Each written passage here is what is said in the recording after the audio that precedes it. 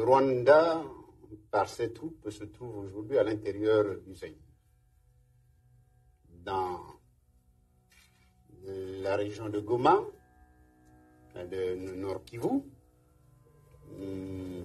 à Massissi, comme dans la région du Sud Kivu, à Uvira. Nous ne pouvons accepter cette situation. Le Rwanda doit se retirer du Zaïre et le Zaïre fera valoir ses droits par tous les moyens dont il dispose. Dans la vie de mes médecins, j'ai décidé d'interrompre mon séjour en France et de revenir poursuivre ma convalescence dans mon pays. Mais voilà que les ennemis de notre peuple choisissent le moment où je suis terrassé par la maladie pour me poigner dans le dos. Jamais de la vie, il n'y aura jamais de cessez-le-feu. C'est soit vous l'obtenez comme conséquence de votre démission du pouvoir, ou il faut oublier. Si nous sommes allés négocier là-bas, c'est parce qu'on voulait injecter le moboutistes dans le corps d'autorité de transition, ce que nous avons dit absolument non. 7 ans de transition. Pourquoi encore il en est de plus? C'est pas possible. J'y vais pour ça, pour expliquer cela à ceux qui veulent aider que le Mobutu soit dans la transition, comme si tout le peuple a été dans la transition. Mais ce que je sais, qu'il est fini. Pas de pouvoir, il n'en aura plus. Il est assiégé maintenant, à l'heure où nous parlons, par son armée, qui se dit maintenant l'armée d'Alliance, l'armée des Kabila, beaucoup d'officiers, les 3/4 des généraux. Lorsque je parlais avec lui, il me téléphonait. Sur mon téléphone ici, sur le bateau. Ces généraux. Il est perdu, l'homme. Moi, à ta place, j'enlèverai tout ça. Nous voulons la protection près de vous. Nous allons vous enlever pas. En 1992, le Zaïre entre dans une zone de turbulence. Le vent de changement qui souffle depuis la chute du bloc socialiste, conjugué à la misère d'un peuple épuisé par 4 années de crise économique, pousse le maréchal Mobutu à céder à la pression. Ses alliés occidentaux, qui jusque-là avaient soutenu son régime, commencent à se détourner de lui. Le 24 avril 1990, dans un discours resté célèbre, Mobutu annonce une série de mesures spectaculaires. La suppression de la constitution en vigueur, le renvoi du gouvernement de Kengo Wadondo, la réhabilitation du multipartisme, la libération des prisonniers politiques et surtout, la promesse d'une conférence nationale souveraine, réclamée depuis de longs mois par l'opposition et la société civile. Officiellement, c'est la fin du mouvement populaire de la Révolution comme parti unique et la naissance de la Troisième République. Dans l'ombre pourtant, Mobutu reste maître du jeu. Craignant pour sa sécurité, il songe un temps à l'exil avant de reprendre confiance. Selon l'ancien conseiller Emmanuel Dongia, 2 facteurs internes expliquent ce revirement. D'abord, l'incapacité des leaders de l'opposition à s'unir autour d'une stratégie claire pour écarter le dictateur. Ensuite, l'émergence d'Honoré Ngwanda, surnommé Terminator, fidèle de Mobutu, réputé pour ses méthodes brutales. Dongia ira jusqu'à écrire « Autant Séti avait joué un rôle crucial dans la destruction du tissu économique du Zaïre, autant Ngwanda façonna l'image hideuse de la dictature de Mobutu et facilita le retour de l'autoritarisme durant la seconde phase de son règne. » La conférence nationale souveraine s'ouvre enfin. Elle dote le pays d'une nouvelle constitution, ambitieuse et symbolique. Rupture avec l'État privatisé, reconnaissance des droits de l'homme et des libertés fondamentales, condamnation des coups d'État militaires et affirmation du droit du peuple à résister à tout pouvoir usurpateur. Le texte va jusqu'à qualifier l'instauration d'un parti unique de crime de haute trahison. Le 15 août 1992, pour la première fois en 30 ans, un Premier ministre est élu. Étienne Tshisekedi, figure de l'opposition, l'emporte largement avec 60 et 11% des suffrages, contre 27% pour Thomas Kanza. Un gouvernement et un parlement de transition sont mis en place. Mais la cohabitation avec Mobutu s'avère impossible. Les tensions dégénèrent rapidement en une lutte ouverte entre le président et son premier ministre. En mars 1993, Mobutu passe à l'offensive. Il dissout de facto les institutions issues de la conférence nationale et met en place son propre gouvernement, son propre parlement et même sa propre constitution. Il nomme Faustin Birindwa Premier ministre. Tshisekedi lui refuse de céder, affirmant qu'il tient sa légitimité non du président, mais de la conférence nationale. Le pays sombre alors dans une dualité institutionnelle, reflet de la crise profonde qui paralyse l'État zaïrois. Le Zaïre vit alors une situation inédite. 2 gouvernements coexistent. D'un côté, les institutions issues de la conférence nationale souveraine, de l'autre, celles mises en place par Mobutu, qui reste le véritable maître du pouvoir. Il en est encore à un énième coup d'État, c'est-à-dire s'imposer contre la volonté du peuple parce qu'il compte sur la force brutale des militaires. Cessons de rigoler. Nous n'avons pas de gouvernement. Je vous dis que Tshisekedi est un citoyen comme n'importe quel autre citoyen. Il doit se soumettre aux lois du Zaïre. J'ai reçu en bonne et due forme une lettre d'invitation signée par le président Mitterrand lui-même. Eh bien, puisque l'invitation est là, j'espère que j'aurai mon visa d'entrée en France pour participer à ce sommet. On a tout fait pour m'éliminer de la scène internationale. Comme vous le dites si bien, lorsqu'on a sur le dos les États-Unis, votre pays, la France, et bien entendu la Belgique, et ça n'est pas du tout facile. Bon, ils se sont arrogés le droit de s'occuper de mon pays, de moi-même, et j'ajoute tout de suite, sans mandat. Ce qui distingue Jacques Foccart des autres amis, eh bien, il vous parle en ami, et peut-être, je ne sais pas, parce qu'il connaît mon caractère, jamais, lorsqu'il vous parle, vous sentez qu'il s'ingère dans les problèmes du Zaïre, tout ça, rien. Il vous dit, eh bien, président, ceci est mal vu à l'extérieur, eh bien, si vous continuez dans cette voie-là, ça ne va pas. Ça, il vous parle en ami. En février 1993, la Troïka occidentale, Washington, Bruxelles et Paris, presse Mobutu de transférer l'essentiel de ses prérogatives à Étienne Tshisekedi, désigné Premier ministre par la conférence nationale. Le maréchal refuse catégoriquement. Les tensions inquiètent la communauté internationale, qui redoute un scénario chaotique rappelant les débuts sanglants de l'indépendance. L'OUA et l'ONU dépêchent alors des médiateurs à Kinshasa pour tenter d'obtenir un compromis. À l'intérieur du Haut Conseil de la République, Parlement de transition, HCRPT, censé servir de cadre à la transition, les partisans de Mobutu conservent une influence déterminante. À Paris, Jacques Foccart et son conseiller Bruno Delaï convainquent le président François Mitterrand qu'il est préférable de réhabiliter Mobutu afin de préserver la stabilité régionale. En octobre 1993, le maréchal est invité au sommet de la francophonie à l'île Maurice, où il s'entretient directement avec Mitterrand. Ces tractations aboutissent, le 11 janvier 1994, à la signature d'un protocole d'accord relatif aux concertations politiques, suivi d'un arrangement particulier sur le partage du pouvoir. De ces textes naît une nouvelle charte de la transition, l'acte constitutionnel du 9 avril 1994. Le HCRPT est élargi aux anciens commissaires du peuple et aux représentants de la négociation, consolidant la mainmise des pro-Mobutu. La nomination d'un Premier ministre issu de l'opposition est au cœur des débats. Mais au lieu de reconduire Tshisekedi, figure emblématique de la conférence nationale, les parlementaires élisent Léon Kengo Wadondo en juillet 1994, sous l'influence directe des chancelleries occidentales. Présenté comme l'homme de la rigueur, Kengo bénéficie d'un fort soutien de Paris et de Bruxelles. Étienne Tshisekedi proteste, mais en vain. Cette fois, ce n'est pas Mobutu qui choisit son Premier ministre, c'est l'Occident qui impose Kengo en échange d'un compromis. Le maréchal accepte de se tenir à l'écart de la gestion économique en échange de garanties sur ses biens, sa famille et le versement d'une confortable liste civile de 5 millions de dollars par mois. Ce pacte signe le retour en grâce officiel de Mobutu. En novembre 1994, il est invité en grande pompe au sommet franco-africain de Biarritz. Le dictateur, que beaucoup croyaient condamné par l'histoire, savoure alors ses retrouvailles avec Paris. Vous avez tout de même dû accepter un compromis sur certains points importants. Par exemple, madame. Sur le partage des pouvoirs. Aujourd'hui, vous passez la main au Premier ministre pour les affaires économiques, par exemple. Pourquoi? Eh bien, prenez la gestion. Moi, je garde la défense nationale, la sécurité nationale, la diplomatie. En plus du commandement des forces armées. Et c'est beaucoup. À partir de 1994, une question s'impose. Qui dirige réellement le Zaïre ?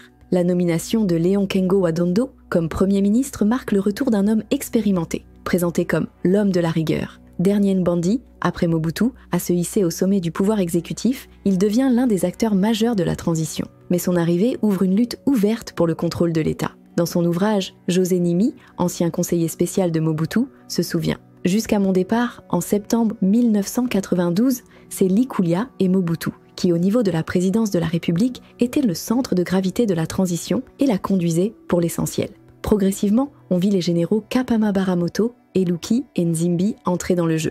Ces généraux forment bientôt un noyau dur, surnommé le Quarteron. Le général Eluki prend le commandement de l'armée, tandis que Kapama Baramoto dirige la garde civile. Le général Nzimbi, cousin par alliance de Mobutu, commande la division spéciale présidentielle et le général Mavoa occupe le ministère de la Défense nationale. Ensemble, ils s'attirent la confiance du maréchal et s'emparent du contrôle de toutes les forces armées zaïroises, ainsi que des services de renseignement civils et militaires. Mais plutôt que de restaurer une armée déjà fragilisée par les pillages de 1991 et 1993, ces hommes utilisent leur position pour se lancer dans la politique et les affaires. La cour de Mobutu devient alors le théâtre d'intérêts contradictoires, chaque clan cherchant à peser sur le Parlement, le gouvernement et même l'appareil judiciaire. Honoré Ngwanda, autre témoin clé de cette période, en tire une conclusion sévère. Mobutu avait déjà perdu l'effectivité du pouvoir durant les dernières années de la transition. Le pouvoir réel était entre les mains de deux groupes antagonistes, le pouvoir militaire et les services secrets détenus par les généraux Mavoa,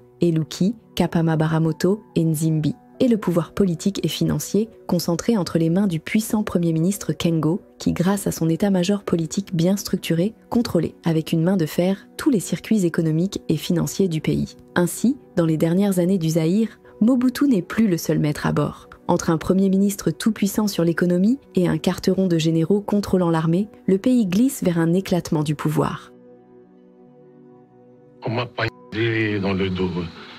Je n'ai pas apprécié, mais bref, les choses sont claires. L'agression est là. Les réfugiés sont source de beaucoup de problèmes.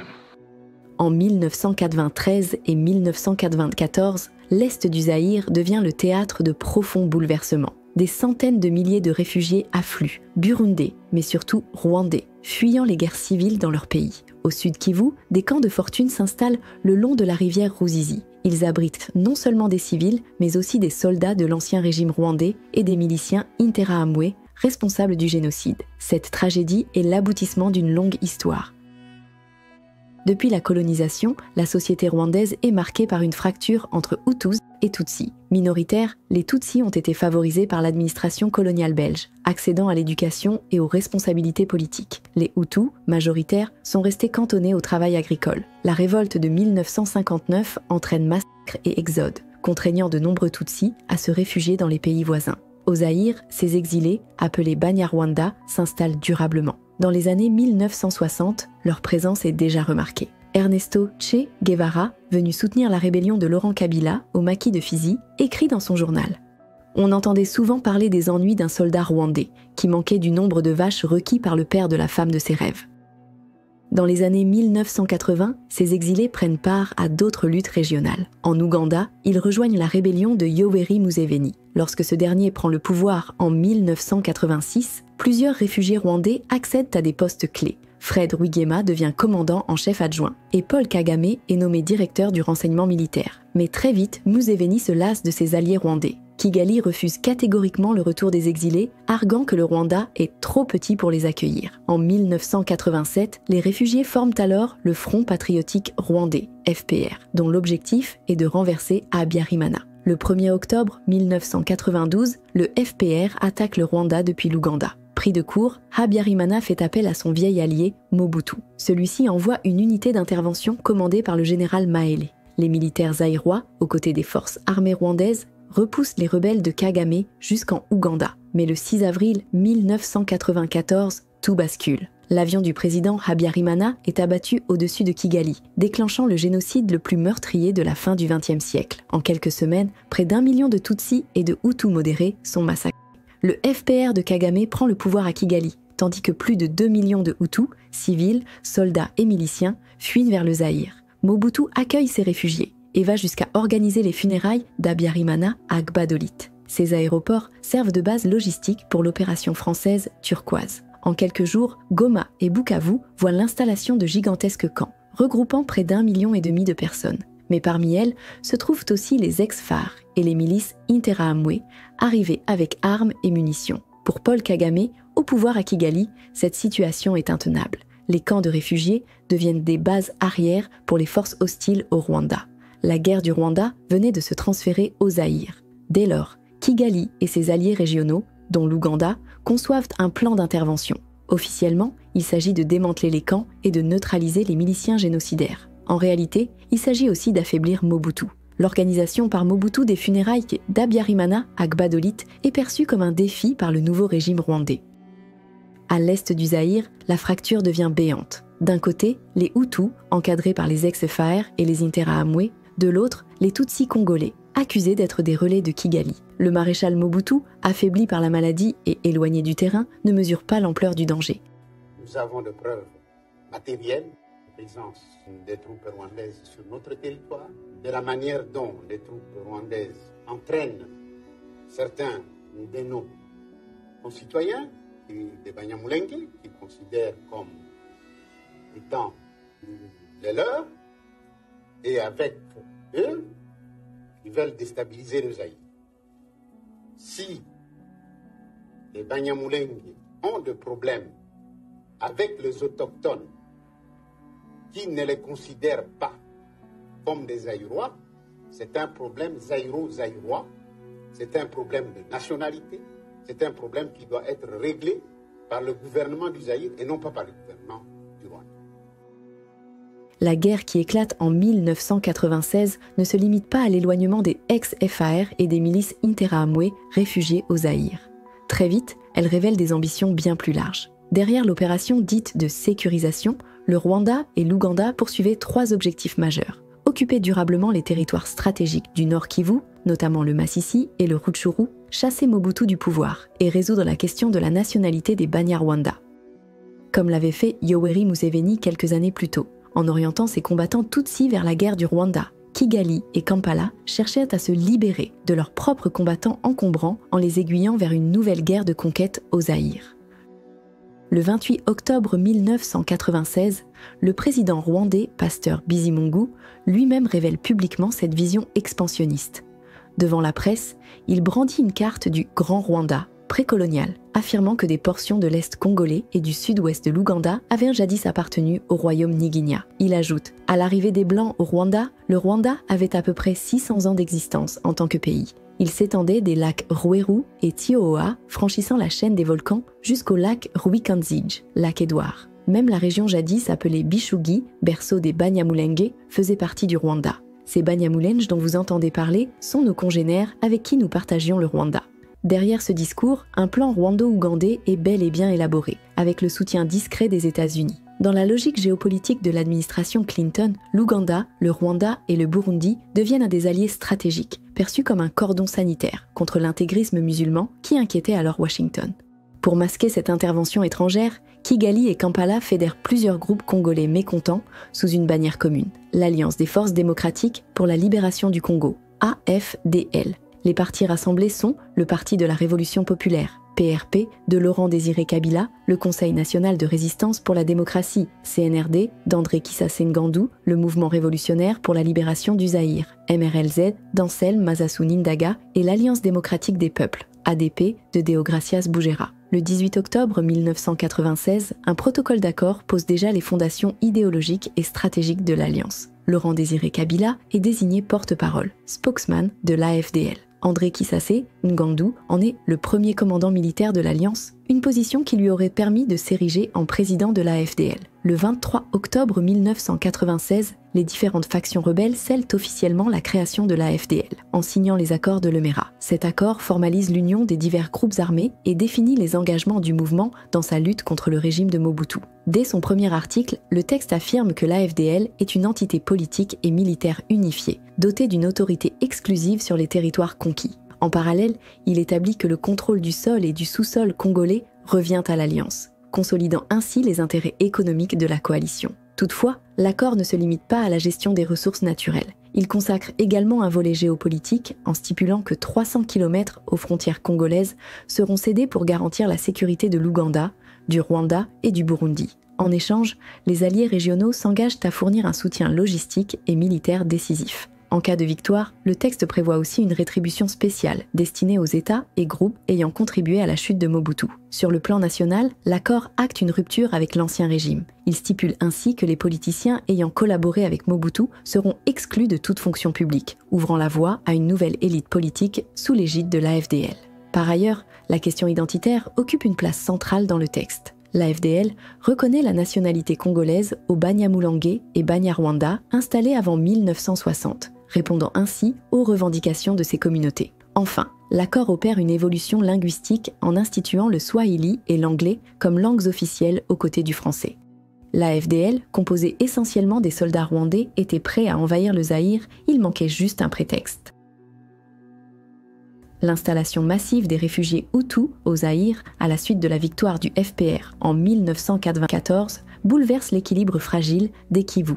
En quelques mois, près d'1,1 million de personnes s'entassent dans des camps autour de Goma et Bukavu, où se mêlent civils, ex-forces armées rwandaises et miliciens Interahamwe armés. Cette présence transforme l'est du Congo en arrière-base potentielle de la guerre rwandaise, tout en attisant les tensions avec les communautés locales. Dès lors, les Banyarwanda du Zaïre, longtemps perçus comme un seul groupe, se fracturent. Les Tutsis, rentrés massivement au Rwanda après la victoire du FPR, ne sont plus associés aux Hutus réfugiés, désormais accusés d'abriter des génocidaires. Les Banyamulenge du Sud Kivu, quant à eux, refusent le rapatriement. Installés depuis des décennies sur les hauts plateaux, ils entendent y demeurer, quitte à prendre les armes. Beaucoup avaient déjà combattu aux côtés du FPR et bénéficièrent désormais du soutien logistique de Kigali et, dans une moindre mesure, de Bujumbura. En septembre 1995, le ministre Jean Anzuluni Bambe, en tournée au Sud Kivu, appelle publiquement au rapatriement de tous les réfugiés rwandais et burundais, assimilant dans le même mouvement les Banyarwanda installés au Congo. Cette assimilation alimente la confusion. Aux yeux d'une partie de l'opinion congolaise,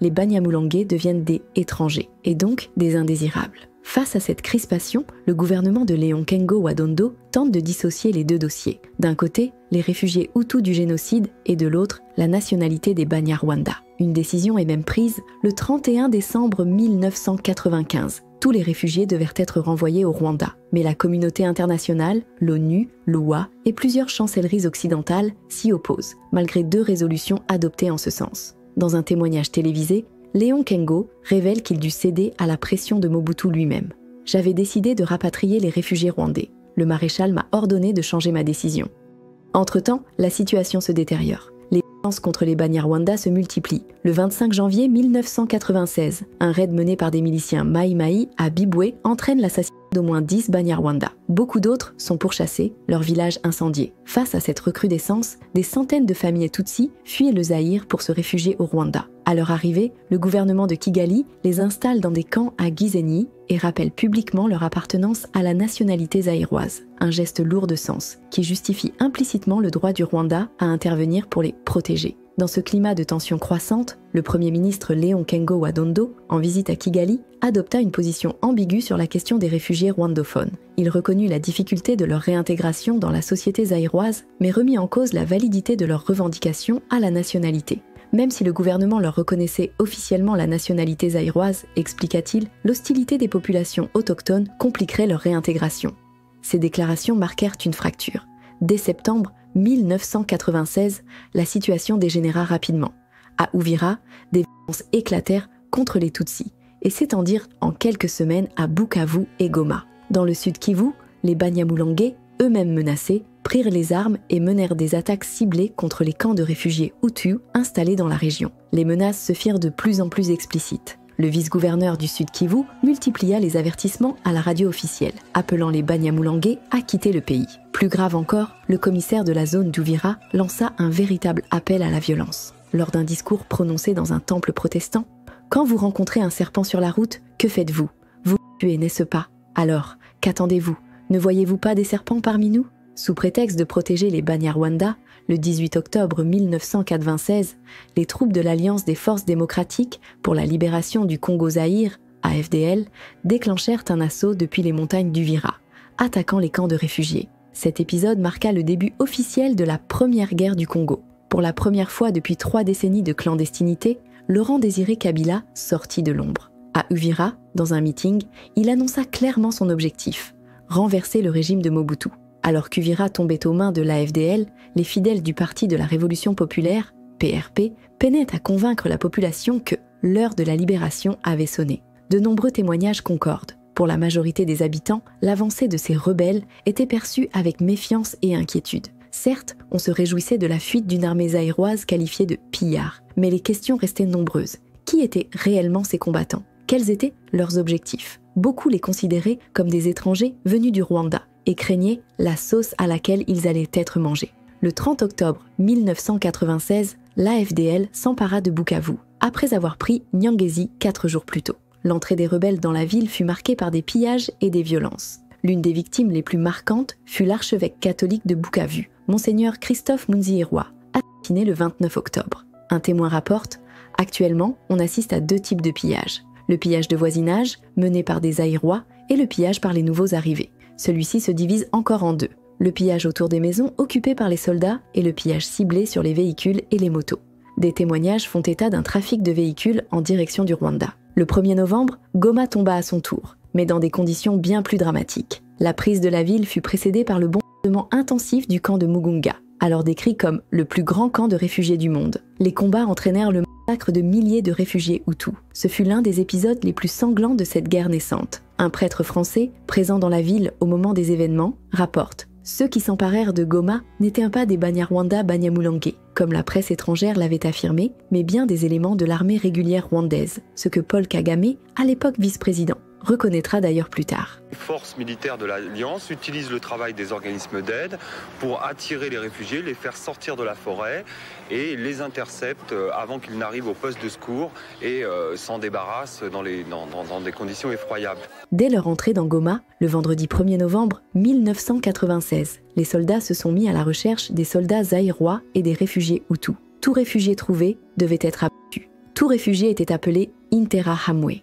La dialectique des rebelles consiste à dire que les réfugiés qui ne sont pas rentrés au Rwanda sont tous des génocidaires. Des charniers très nombreux témoignent de la volonté systématique d'en finir avec les réfugiés. Dès les premières semaines du conflit, les observateurs notent une arrivée massive de populations Tutsi, venues du Rwanda et de l'Ouganda, renforçant l'idée, ancienne mais persistante, d'un projet de constitution d'un Tutsiland au Kivu, notamment dans les territoires de Masisi, Nyiragongo et Rutshuru. Cette inquiétude est confirmée par une lettre adressée le 15 mars 1997 à Laurent-Désiré Kabila par l'antenne locale de l'Azado à Goma. Notre bureau régional du Nord Kivu à Goma est envahi chaque jour par des paysans du Bouicha, dans la zone de Rutshuru, qui signalent que depuis le 18 février, ils sont régulièrement priés par les nouvelles autorités d'abandonner leurs champs au profit des éleveurs Tutsi qui arrivent par dizaines du Rwanda et de l'Ouganda avec leurs troupeaux. Tous les paysans qui témoignent signalent que ces éleveurs sont armés, bénéficient apparemment du soutien de la FDL et qu'aucune résistance de la part des paysans n'est dès lors possible. Des informations similaires ont été signalées concernant le site de Mouja, à 15 km de Goma, où plusieurs familles de Goma qui y cultivèrent des champs en auraient récemment été expropriées. Nous sommes très préoccupés par toutes ces informations qui préparent inéluctablement les populations du Nord Kivu à une autre guerre interethnique. Dans les zones conquises, l'AFDL met rapidement en place une administration sous contrôle rwandais. Le tout sous la supervision directe du chef des opérations militaires rwandaises, James Kabarebe.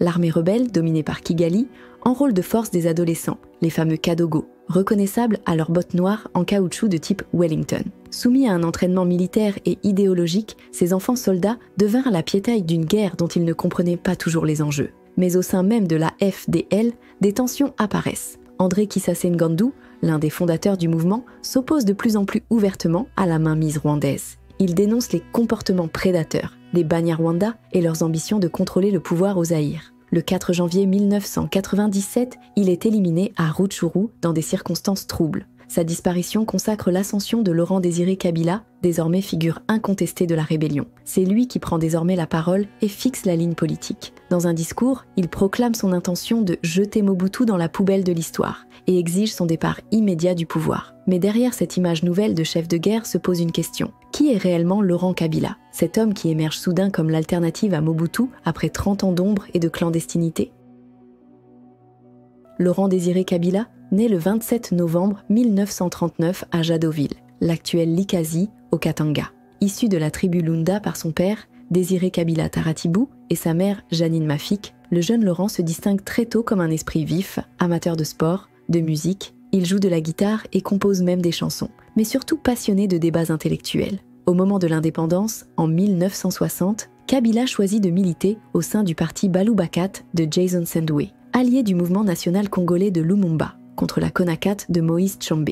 Il combat alors la sécession katangaise et s'illustre lors de la bataille de Kabalo. C'est à cette époque qu'il reçoit le surnom de Général d'Ankoro. En mars 1961, sa trajectoire prend une nouvelle dimension lorsqu'il rencontre à Kisangani Antoine Gizenga, chef du gouvernement lumumbiste. Gizenga lui octroie une bourse d'études. Kabila découvre alors de près le socialisme et les réseaux révolutionnaires qui influenceront toute sa carrière. De retour au Congo, il occupe rapidement des responsabilités dans le gouvernement démocratique du Nord Katanga, d'abord comme directeur provincial, puis comme chef de cabinet au ministère de l'Information et des Télécommunications. Il anime des chroniques radiophoniques, collabore à un journal local, le Petit Figaro du Nord Katanga, et fonde bientôt sa propre publication, L'Étincelle. Mais le climat politique du pays se dégrade. En janvier 1963, l'intervention des casques bleus met fin à la sécession katangaise. Quelques mois plus tard, la dissolution du Parlement par le président Kasavubu plonge le Congo dans une crise profonde. Kabila, comme d'autres lumumbistes, prend le chemin de l'exil au Congo-Brazzaville, devenu un refuge pour les mouvements révolutionnaires africains. C'est dans ce contexte qu'est créé, le 3 octobre 1963, le Conseil national de libération, CNL, sous l'impulsion de Christophe Gouenier et Gaston Soumyalo. Kabila est envoyé à l'est du Congo pour organiser un soulèvement. Aux côtés de Soumyalo et avec le soutien de réfugiés Banyarwanda, il déclenche en 1964 la célèbre rébellion Simba. En quelques mois, celle-ci s'étend à la moitié du pays. Le 27 juillet 1964, un gouvernement provisoire du CNL-Est s'installe à Albertville, aujourd'hui Calémie. Kabila, alors âgé de seulement 26 ans, y occupe le poste de vice-président, chargé des relations extérieures et du commerce. Quelques jours plus tard, les rebelles s'emparent de Kisangani et proclament la République populaire du Congo. Kabila devient commandant suprême du front Est, couvrant les régions stratégiques du Kivu et du Katanga. Au cours de ces années, il multiplie les voyages de formation et les contacts internationaux. Tanzanie, Angola, Égypte, Tchécoslovaquie, Union soviétique, Chine. Partout, il se nourrit des expériences révolutionnaires et tisse des réseaux. En France et à Tachkent, dans l'URSS d'alors, il approfondit la philosophie et les théories marxistes. Mais la rébellion Simba est brutalement écrasée à la fin de 1964. Avec l'appui de mercenaires étrangers, les forces de Moïse Tshombe, soutenues par la Belgique et les États-Unis, reprennent les territoires insurgés. Les principaux chefs rebelles s'exilent. Kabila, lui, refuse de renoncer. Il choisit de s'installer durablement dans la région du Sud Kivu, convaincu que la lutte armée reste la seule voie pour libérer le Congo. Mais ce n'est pas l'avis de M. Laurent Kabila, le vice-président du Comité de libération nationale. M. Kabila affirme, lui, qu'il a constaté des bombardements par avions étrangers. Au moment où je vous parle, je venais de Baudouinville, avant que j'arrive ici à Bujumbura, j'ai été me rendre compte moi-même des bombardements de ces avions dans les territoires de Kabalo et de Baudouinville. On a vu de maisons brûlées à Baudouinville, on a rapporté que ce sont nos troupes qui ont brûlé de maisons de villageois. Nous n'avons absolument pas intérêt à brûler ces maisons parce que nous, notre tâche consiste à rassembler les villageois, à ramener la paix, à chasser l'armée pillarde qu'on appelle l'armée nationale congolaise. Qu'est-ce qui vous permet de préciser, M. Kabila, qu'il s'agissait effectivement d'avions américains? Parce que nous avons vu les inscriptions et de soldats de l'armée nationale congolaise que nous avons capturés nous ont affirmé qu'ils sont aidés par les avions américains. En 1965, à Dar es Salaam, il rencontre une figure qui marquera son imaginaire, Ernesto Che Guevara. Le révolutionnaire argentin vient soutenir son maquis de Fizi.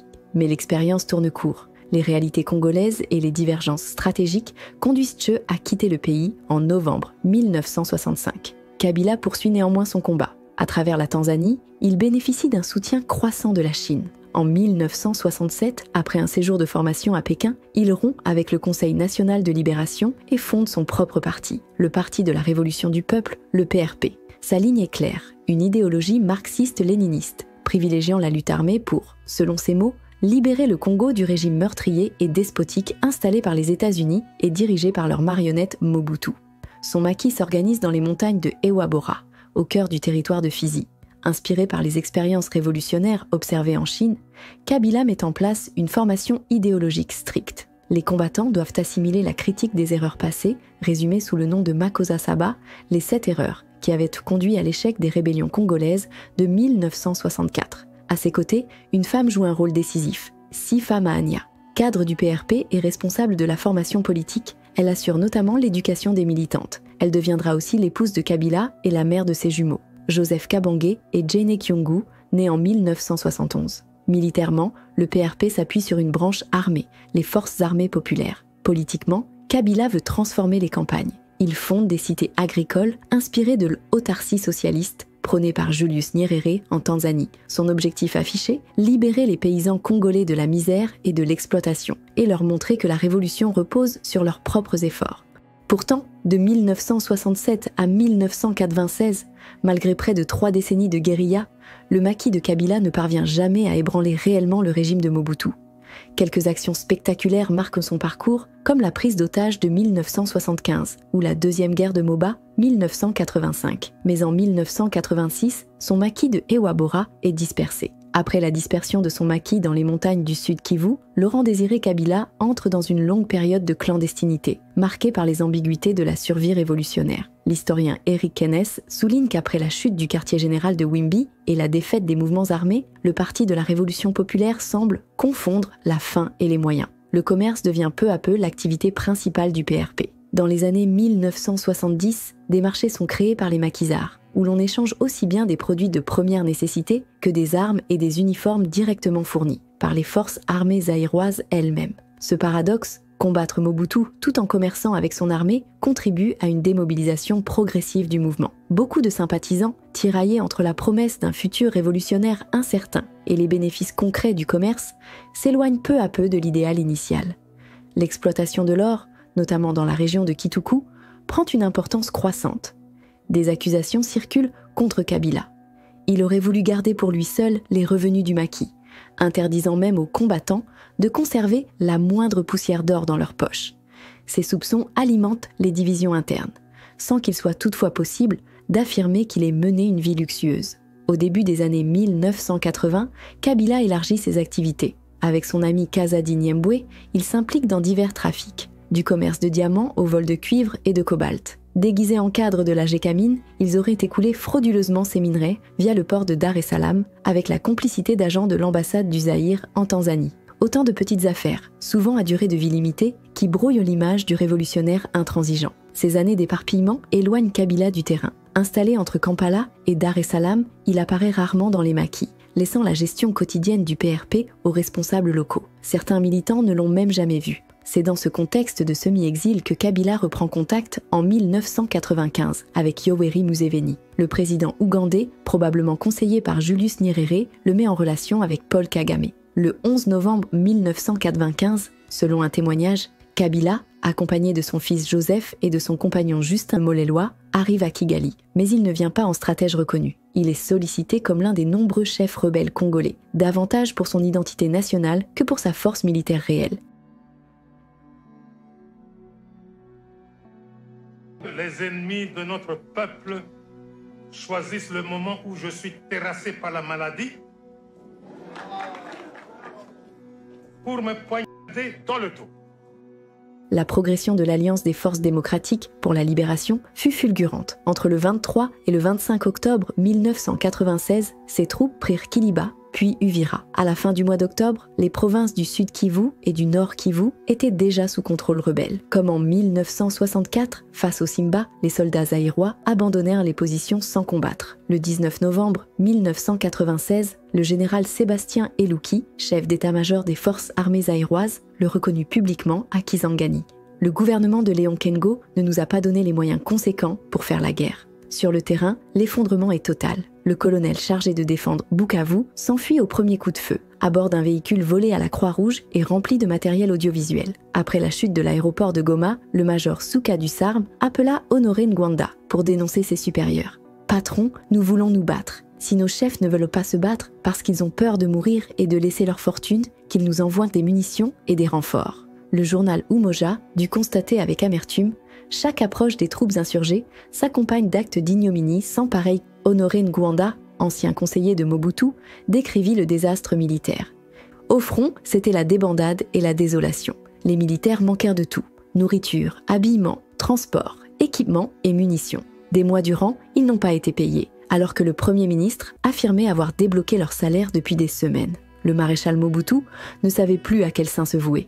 À Kinshasa, la guerre se doublait d'une autre, celle du pouvoir. Les généraux réclamaient près de 100 millions de dollars pour équiper l'armée. Mais Kengo, méfiant, refusa, les accusant de vouloir détourner les fonds. Ngouanda se souvient avoir proposé à Mobutu la création d'un conseil national de crise pour contourner les généraux. Il fallait centraliser la gestion de la guerre. Mais Mobutu, affaibli, n'avait plus l'énergie d'autrefois. Les généraux, furieux, accusèrent Kengo de saboter l'armée et de comploter avec les Rwandais. Le général Eluki organisa une conférence de presse contre le gouvernement. Kengo répliqua en exigeant sa suspension et sa révocation, allant jusqu'à menacer de démissionner si on ne l'écoutait pas. Mobutu tenta de ménager les deux camps. Il suspendit Eluki, mais le remplaça par un autre général tout aussi influent, Baramoto. La crise s'envenima. Kengo affirma être menacé physiquement, tandis que les généraux multipliaient les accusations. Les ambassades occidentales furent alertées. Nul ne savait désormais où se jouait la véritable guerre, sur le front de l'Est ou dans les couloirs du pouvoir de Kinshasa. Le 4 novembre 1996, Mobutu arrive au Cap Martin pour poursuivre sa convalescence. Miné par la maladie mais refusant de l'admettre, il déclare devant les caméras « Je suis en bonne santé ». À ses proches, il se plaint de la trahison de ses anciens alliés. « Il profite de ma faiblesse pour me poignarder dans le dos ». Puis, d'un ton ferme, il annonce « Je rentre et je reprends les choses en main ». En coulisses, il multiplie les appels pour obtenir un soutien militaire. À Jacques Foccart, l'ancien Monsieur Afrique de l'Élysée, il confie son inquiétude. « Jacques, les Américains sont derrière Kabila. Ce grand pays francophone d'Afrique va nous échapper. Il n'y a pas un instant à perdre. Il faudrait que vous puissiez monter une opération en recourant au service action. 1 millier d'hommes suffirait à maîtriser les troupes de Kabila. » Foccart en réfère aussitôt à Jacques Chirac. Il sollicite son Premier ministre, Alain Juppé, chef statutaire de la DGSE. Mais Juppé oppose un refus catégorique. L'armée française ne viendra pas sauver Mobutu. À Kinshasa, l'attente est immense. L'armée, la classe politique et même une population qui, quelques mois plus tôt encore, conspuait le maréchal, voit en lui le dernier recours. Lorsque Mobutu rentre, la capitale lui réserve un accueil triomphal. Des banderoles fleurissent dans les rues. « Bon retour au papa maréchal !» Merci à maman Bobby Ladawa pour avoir veillé avec affection au chevet de papa maréchal. Dans les quartiers populaires, on s'accroche à l'illusion d'un renversement de situation. Avec papa maréchal, l'armée va reprendre le dessus, murmurent les habitants, convaincus que le Zaïre retrouvera son honneur perdu. Même l'opposition dite radicale, qui avait fait de Mobutu son ennemi juré, se rallie à lui. Le 19 décembre, le maréchal démet le général Baramoto et confie l'état-major général à Maele Lieko Bokungu, réputé intègre et compétent. Dans le même temps, Kinshasa engage des mercenaires venus de Belgique, de France, mais aussi de Serbie, d'Ukraine, de Croatie, de Russie, de Pologne et d'Italie. Leur solde, 1 500 $ par mois pour un simple soldat, 3 500 pour un colonel. Le 2 janvier 1997, le général Likulia Bolongo annonce en grande pompe l'imminence d'une grande offensive destinée à reprendre l'Est. Le 20 janvier, le Premier ministre Kengo ordonne à l'armée de lancer la guerre. Le général Maele concentre les moyens militaires à Kisangani pour préparer la reconquête. Mais sur le terrain, la réalité rattrape vite les discours. Le 11 février, l'AFDL s'empare de Lubutu. Les réfugiés Hutus du gigantesque camp de Tingui-Tingui, paniqués, se replient vers Ubundu et Kisangani. Le lendemain, Isiro tombe. Le 6 mars, c'est Kindu qui est occupé. À Kinshasa, l'avance rebelle provoque des querelles sans fin. Le gouvernement accuse l'état-major accuse le gouvernement. Le 8 mars, le ministre des Finances publie un chiffre précis. Les dépenses globales de la guerre de l'Est s'élèvent à 76 453 705,54 $. Elles comprennent la dotation des phases, les équipements, les munitions, les affrètements d'avions, les véhicules et matériels roulants. Il faut que l'on puisse mettre un terme à la situation d'abord des Iraniens dans le camp politique des Zaïrois et naturellement que l'on mette fin à la souffrance de notre peuple par une transition pacifique du pouvoir. Et je pense que M. Mobutu lui-même sait ce départ est même nécessaire dans l'intérêt de son propre pays, qui est le mien. Et je ne vois pas qu'il ait un autre programme politique de reconstruction du pays. Et moi je pense qu'il en est conscient et que c'est de ça que nous voulons discuter à deux. Et on ira beaucoup plus loin.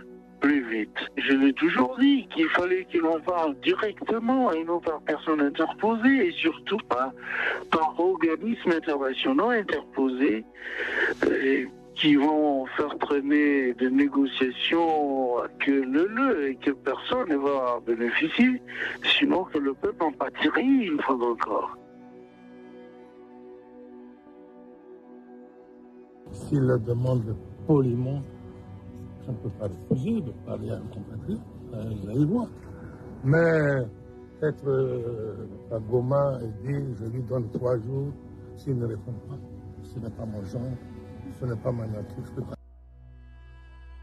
Dès les premiers succès sur le terrain, l'AFDL exigeait que Mobutu laisse tomber le pouvoir. Restait l'étape décisive, Kisangani, où le régime avait encore massé des forces. Le 11 mars 1997, lors d'un meeting en Swahili, rassemblant près de 10 000 personnes à Kindu, Laurent-Désiré Kabila posa la question à la foule.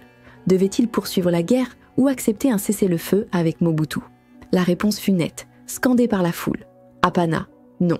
Encouragé, Kabila promit de s'emparer de Kisangani très prochainement. Le lendemain, le Premier ministre Léon Kengo affirmait devant la presse que Kisangani ne tomberait pas, que les phases se défendraient jusqu'au bout, et que des moyens matériels conséquents seraient déployés. Sur le terrain, pourtant, la réalité était tout autre. Dans la nuit du 14 au 15 mars 1997, les colonnes de l'AFDL encerclèrent Kisangani et s'emparèrent de l'aéroport de Bangboka, à 17 km de la ville.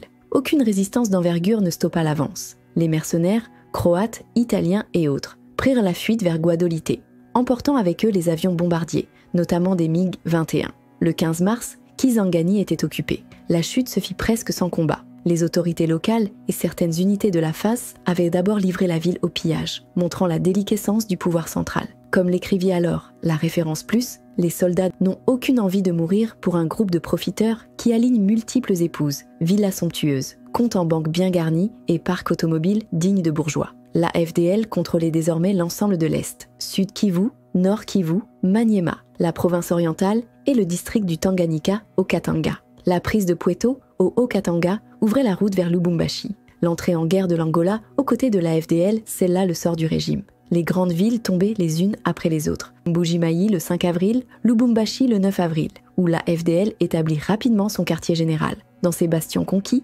Kabila reçut sénateur et homme d'affaires, signa des accords et passa des contrats cédant l'exploitation de mines à des multinationales. Signe que la victoire était aussi l'ouverture d'une nouvelle ère économique. Ce sont des hommes d'affaires. Ils savent saisir le bon moment, c'est ça.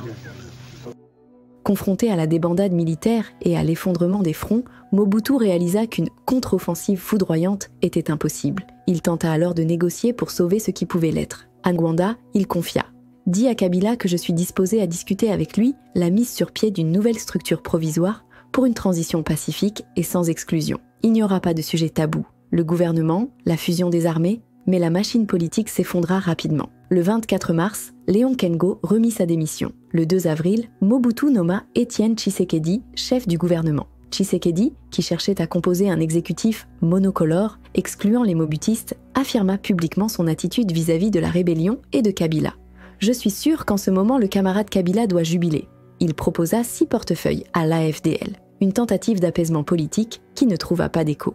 Kabila rejeta l'offre. Sa réponse fut sans ambiguïté. « Nous luttons contre ce régime. Mobutu doit quitter le pouvoir. » La trajectoire était tracée, l'armée s'était effondrée, les institutions se désagrégeaient. Et la volonté de Kabila, soutenue militairement par ses alliés régionaux, devenait irrésistible. Le régime de Mobutu, une fois perçu comme indéboulonnable, venait d'entrer dans sa phase terminale. Le 9 avril 1997, Mobutu écarte Étienne Tshisekedi et nomme le général Likulia Bolongo Premier ministre. Celui-ci forme un gouvernement dit de salut national, réunissant opposition radicale, opposition modérée et partisans du président. Mais l'heure n'est plus au compromis. Les négociations menées sous médiation internationale échouent et la guerre continue sa marche inexorable. Le 2 mai 1997 a lieu une rencontre historique à bord du navire sud-africain Outeniqua. Sous l'égide de Nelson Mandela, Mobutu et Laurent-Désiré Kabila se retrouvent face à face. Mais la rencontre vire à la farce. Kabila refuse de croiser le regard de Mobutu, persuadé que ce dernier pourrait l'envoûter. À l'époque, il était couramment affirmé que Mobutu consultait sorciers et marabouts avant toute décision importante. Mandela, témoin de cette méfiance, mesure l'impossibilité d'un accord. Le 16 mai, Mobutu quitte Kinshasa pour Guadolité. Le communiqué officiel annonce qu'il a arrêté toute intervention dans les affaires de l'État. Son départ n'est pas sans danger. Selon le colonel Motoko, l'avion présidentiel échappa de justesse à une tentative d'attentat. Des missiles avaient été installés dans la ferme de Lokali sur la trajectoire de décollage. Le général Nzimbi et Seti comptaient mettre l'attentat sur le dos de Kabila, affirme Motoko. Prévenu, il ordonne au pilote de modifier sa trajectoire. L'avion décolle, mais Mobutu vient d'échapper à la mort. Après l'échec de ce complot, le général Nzimbi s'enfuit vers Brazzaville, tandis que le général Baramoto gagne l'Afrique du Sud. À Kinshasa, le général Likulia croit hériter du pouvoir, mais il est rapidement dépassé. Le général Maélé, chef d'état-major des phases, entre discrètement en contact avec Kabila et avec des chancelleries occidentales. Il conseille aux officiers de ne pas se battre. Des témoins affirmeront avoir entendu des conversations téléphoniques entre Maélé et Kabila, par liaison satellitaire en pleine guerre. Dans la nuit du 16 au 17 mai, alors qu'il tente de convaincre ses hommes d'éviter un bain de sang, Maélé est assassiné au camp Tchachi. Informé, Mobutu aurait exprimé un regret sincère. Mais il est trop tard. La bataille de Kinshasa n'aura pas lieu. Le 17 mai 1997, les premiers Kadogo de la FDL, ces enfants soldats enrôlés par Kabila, entrent dans Kinshasa. La population les acclame en criant « Libérateur !». Resté à Lubumbashi, Kabila proclame sa victoire et se déclare président. Le Zaïre n'existe plus. Il devient la République démocratique du Congo. Le lendemain, 18 mai, à Guadolité, la fuite s'organise dans la confusion. Selon le colonel Motoko, il dut littéralement forcer Mobutu et son épouse à monter dans une Mercedes. La voiture fonce jusqu'à l'aéroport et pénètre directement dans un cargo prêt à décoller, moteur tournant. Mais déjà, les premiers éléments de la DSP, restés fidèles, ouvrent le feu. L'avion s'élance, criblé de balles. Arrivé à Lomé, on comptera 6 impacts sur la carlingue. Mobutu venait d'être renversé par la force des armes. Lui qui avait promis « On ne dira jamais de moi ». Voilà l'ancien président du Zaïre. Venait de quitter définitivement sa ville de Guadolité, son palais et le pays qu'il avait façonné à son image. Après 5 jours d'attente à Lomé, les capitales européennes lui ferment leurs portes. Le 23 mai, il atterrit finalement à Rabat, au Maroc. Là, il s'éteint le 7 septembre 1997, épuisé, malade et terriblement diminué. À sa mort, il ne pesait plus que 40 kilos.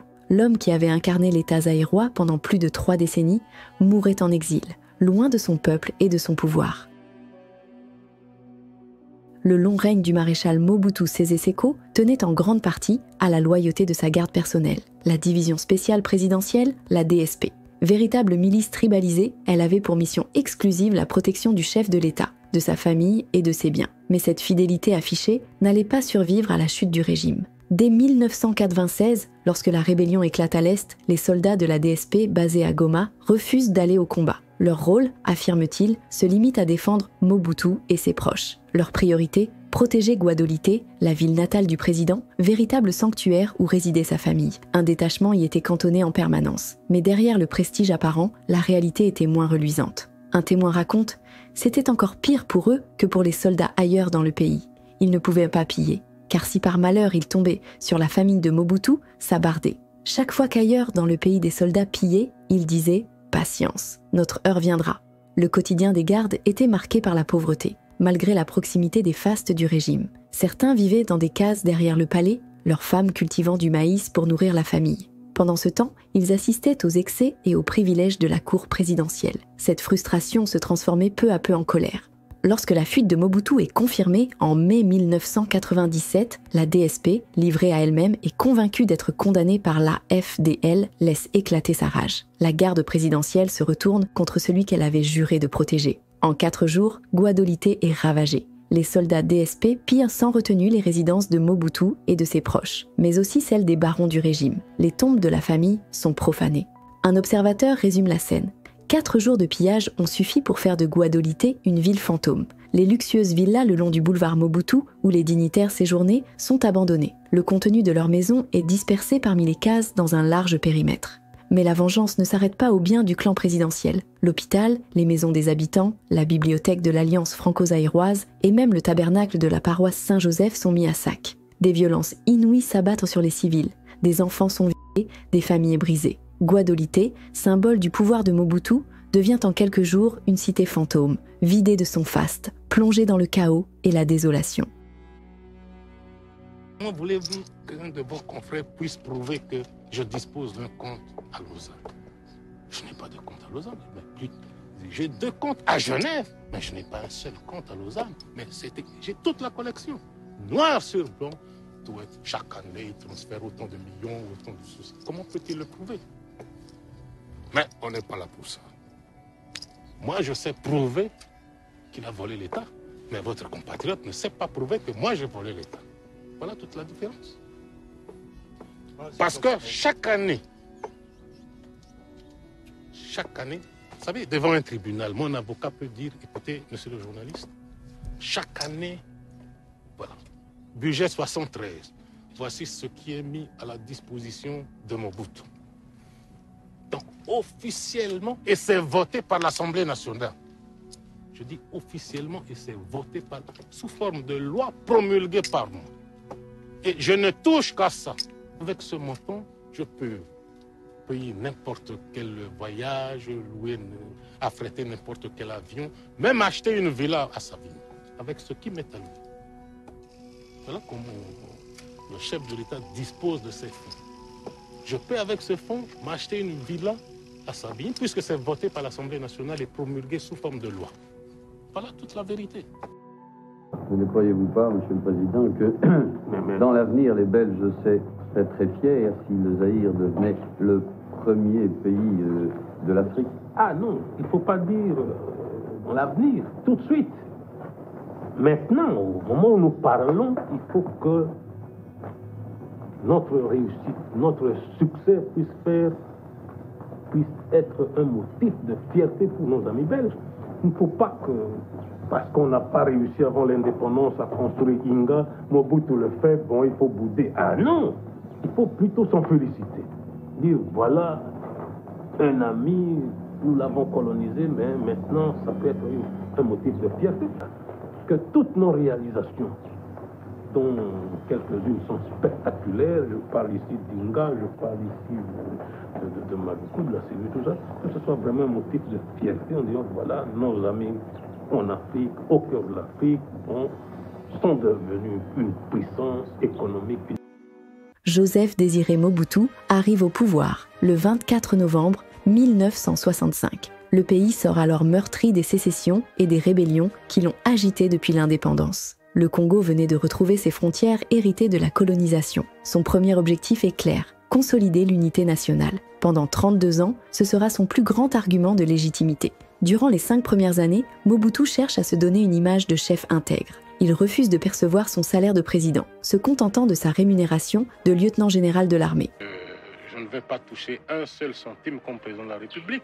C'est mon traitement de lieutenant général de l'armée nationale que je continuerai à percevoir.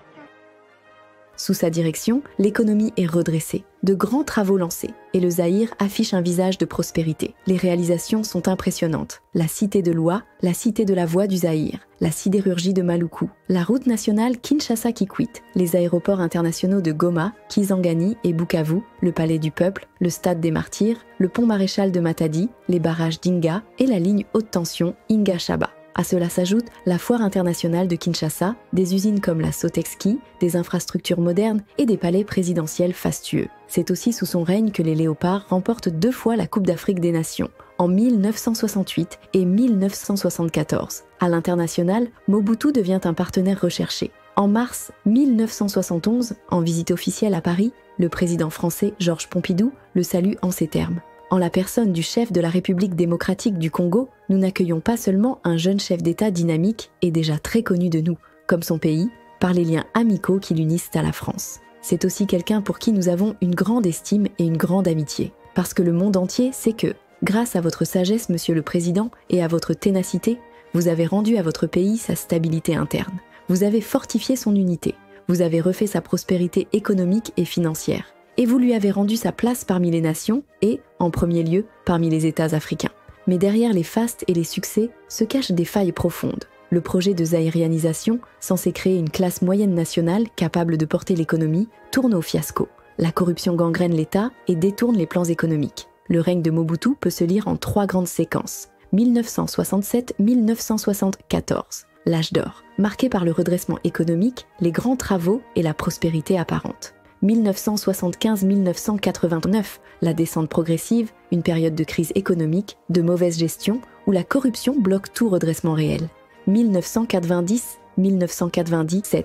Le chaos, la transition démocratique avortée, minée par les luttes politiciennes et le pillage du pays, ouvrant la voie à la guerre de conquête et d'occupation qui plongea le Congo dans une crise chronique. Si Mobutu a consolidé l'unité nationale et laissé des infrastructures emblématiques, son héritage reste terni par la faillite d'un État, l'effondrement économique et l'ouverture d'une ère de conflit dont les conséquences continuent encore aujourd'hui, avec des millions de morts et de déplacés à l'est du pays. Sur le plan de l'industrialisation, c'est bien la sidérurgie de Maluku, c'est bien le pont que nous allons jeter sur le fleuve Zaïre à Matadi. Tout ça, c'est bien, ça va aider le pays sur le plan économique et social, mais l'essentiel a été et reste pour moi la prise de conscience nationale.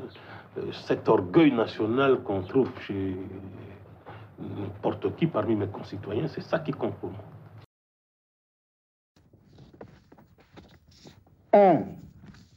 La prise du pouvoir d'État par l'Alliance de forces démocratiques pour la libération du Congo, sous la direction de son président, M. Laurent Désiré Kabila. L'Alliance assumant désormais l'autorité de transition. 2. Le président de l'AFDEL, M. Laurent Désiré Kabila, assume à partir de ce jour les fonctions du chef de l'État de la République démocratique du Congo.